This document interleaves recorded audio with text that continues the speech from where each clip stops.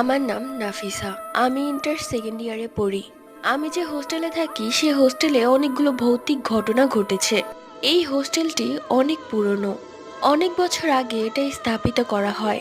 এখানে অনেক স্টুডেন্টরা এসেছিল, আবার অনেকেই মারা গেছে। কেউ ছাদ থেকে পড়ে, কেউ ফ্যানে ফাঁস দিয়ে, অথবা কেউ বিষ খেয়ে। তাদের মৃত্যুর কোনো কারণ পাওয়া যায়নি।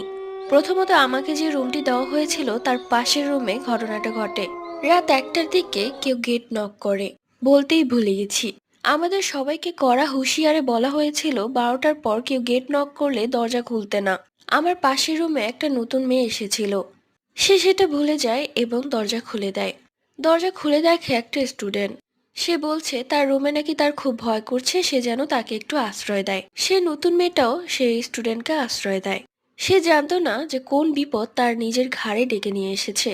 পরবর্তী গল্প পার্ট 2 তে। লাইক